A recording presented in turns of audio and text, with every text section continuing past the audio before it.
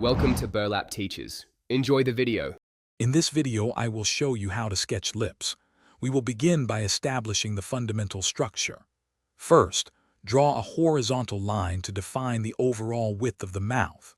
Then, add a vertical line directly through its center to ensure perfect symmetry.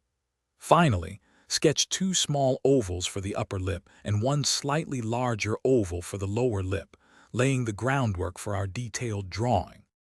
Now, let's define some key features. Carefully create the distinct M shape that forms the Cupid's bow on the upper lip. Below the nose, draw the philtrum, which is the subtle vertical groove leading down to the upper lip.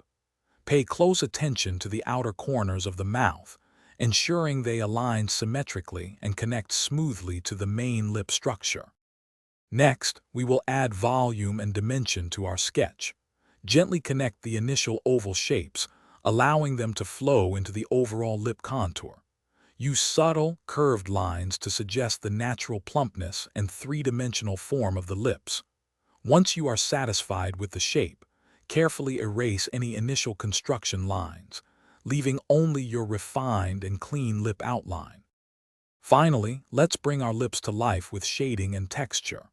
Apply light shading to indicate the natural shadows and highlights, paying attention to areas like the philtrum and the underside of the lower lip.